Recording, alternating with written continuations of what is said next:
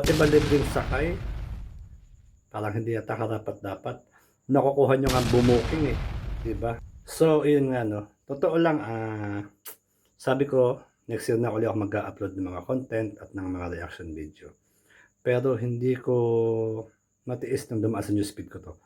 Panoorin natin at pakinggan niyo kung ang reaksyon ko kung agree ba kayo o hindi. So ito ang sinabi nila. Itong libreng sakay ng LRT at MRT para sa members ng LGBTQIA community at mga solo parents, napakahalaga nito para sa aming komunidad. This is tantamount to the government recognizing the LGBTQIA community as an official part of society. Bilang isang opisyal na sektor tulad ng mga kababaihan, mga young people and students at mga solo parents. Sana hindi lang executive ang kumilos, dapat kumilos na rin ang Kongreso after so many decades. Talaga ba? Matagal na namin tanggap sa community ang LGBT. Kahit noon bakla tomboy pa lang ang kinikilala. Tanggap na ng lipunan yan. Pero sana naman, kunting hiya naman. Pati ba libreng sakay, parang hindi yata karapat-dapat. Nakukuha nyo nga bumuking eh. Diba? Magbayad. Tapos libreng sakay, mas mainam pa sa mga estudyante. Libreng sakay sa mga PWD, may sakit, mga pilay, matatanda, buntis. Ang kapal naman ng mukha ninyo para humingi ng libreng sakay.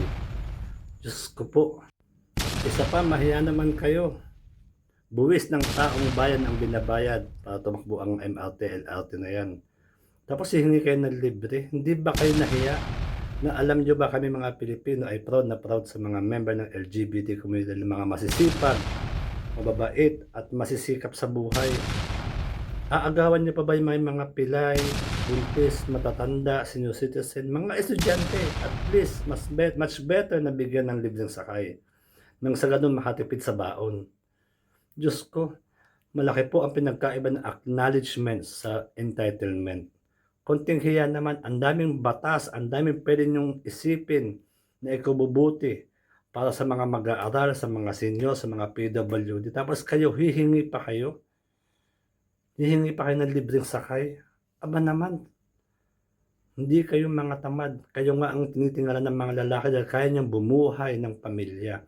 Masisipag kayo. Tapos hihingi kayo ng libreng sakay?